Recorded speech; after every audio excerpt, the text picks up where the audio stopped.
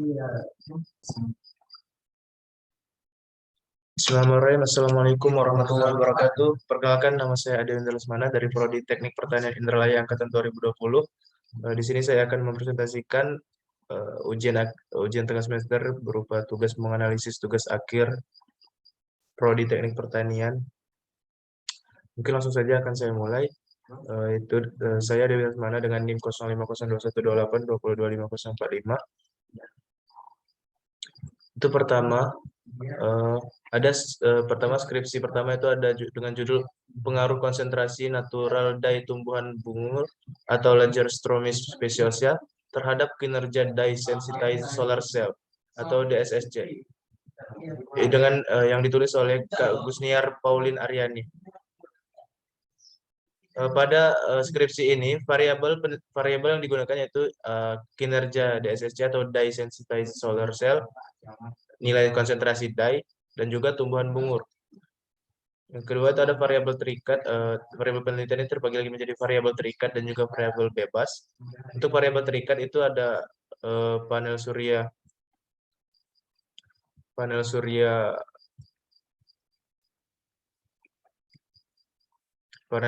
jenis DSSC, dan juga untuk variabel bebasnya itu ada dye jenis tumbuhan bungur. Untuk parameternya sendiri itu untuk mengetahui bagaimana kinerja DSSC dengan jenis dye dari tumbuhan bungur meliputi efisiensi, yaitu parameter dari efisiensi dan juga kinerja kelistrikan. Dari analisis saya terhadap skripsi ini, data yang didapatkan berbentuk numerik karena dinyatakan dengan angka. Selanjutnya itu ada karakteristik variabel. Variabel pada penelitian ini digolongkan pada variabel kontinu karena nilainya dapat dinyatakan dalam angka. Untuk metode pengukuran sendiri itu berdasarkan jenis variabel itu digolongkan pada variabel kontinu, maka metode pengukurnya itu metode statistika. Pada artikel ini, ketepatan dalam pemilihan instrumen itu menurut saya sudah tepat. Itu juga dijustifikasi dengan jurnal yang saya temukan, yaitu ditulis oleh Lasminie, Rahmaniyah, dan juga Iswadi tahun 2017 dengan judul pengaruh konsentrasi pigmen warna dari daun pacar kuku atau Lawsonia inermis terhadap efisiensi DSSC di jurnal JFT volume 1 nomor 1 halaman 61 sampai dengan 72. Selanjutnya itu ada skripsi kedua dengan judul uji kinerja rakit berbahan pipa polyvinyl chloride atau PVC terhadap beban yang diberikan. Untuk penulisnya sendiri itu ada Kak Ali Usman. Dari analisis saya sendiri, variabel dalam penelitian ini ada beberapa, yaitu rakit dan juga pipa jenis polyvinyl chloride, beban, energi surya, daya angkat, dan juga panel surya. Dari variabel penelitian tersebut terbagi lagi menjadi variabel terikat dan variabel bebas. Di sini untuk variabel terikat itu rakit berbahan pipa jenis polyvinyl chloride. Sedangkan untuk variabel bebas itu adalah beban.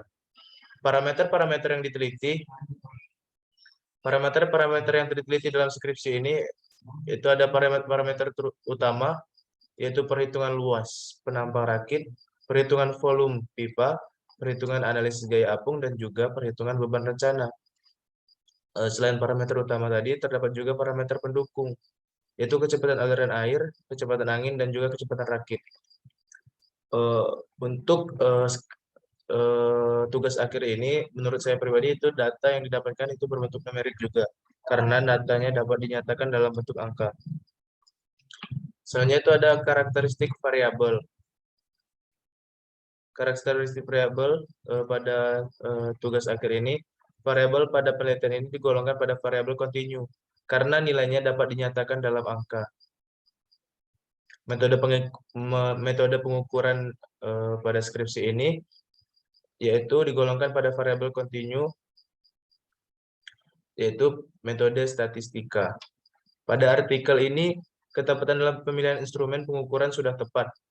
Instrumen pengukuran pada penelitian ini menggunakan metode statistika. Yang melandasi saya mengatakan bahwa instrumen penelitian sudah tepat, itu ada juga justifikasi pustaka, yaitu dari jurnal yang ditulis oleh Rasyati, Daningsih, dan Marlina. dengan judul Pengembangan Media Praktikum Hidroponik, Rakit Apung, dan Rasio Nutrisi yang Berbeda untuk Pertumbuhan Selada. Jurnal Pendidikan dan Pembelajaran Katulistiwa volume 7 nomor 12. Selanjutnya itu ada skripsi ketiga yang dengan judul Pengaruh Kecepatan Putaran Variasi Jumlah Mata Pisau Tipe Blade pada Mesin Perajang Pakan Ternak dengan berbagai jenis bahan, yang ditulis oleh Kak Ramona Hasanah.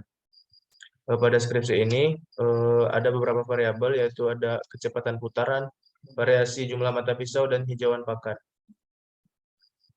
Dan terdiri dari beberapa variabel terikat, terdiri dari variabel terikat dan variabel bebas. Variabel terikatnya sendiri itu ada kecepatan putaran, sedangkan untuk variabel bebas ada variasi jumlah mata pisau dan hijauan pakan. Parameternya itu ada parameter penelitian ini ada kapasitas efektif kerja mesin, rendemen pencacah, dan juga kebutuhan bahan bakar. Dan lagi-lagi data yang didapatkan berbentuk numerik karena dinyatakan dengan angka. Karakteristik variabel pada penelitian ini digolongkan pada variabel kontinu, karena nilainya juga dapat dinyatakan dalam angka. Metode pengukuran berdasarkan jenis variabel tadi yang kontinu, maka metode pengukuran juga metode statistika. Pada artikel ini, ketepatan dalam pemilihan instrumen menurut saya sudah tepat, yang mana instrumen pengukuran pada penelitian ini menggunakan metode statistika dan juga dinyatakan dalam grafik, dan bisa dinyatakan dalam grafik.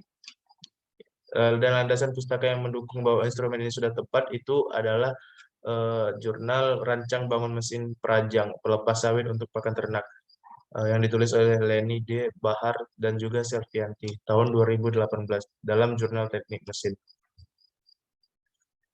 Terakhir itu ada artikel jurnal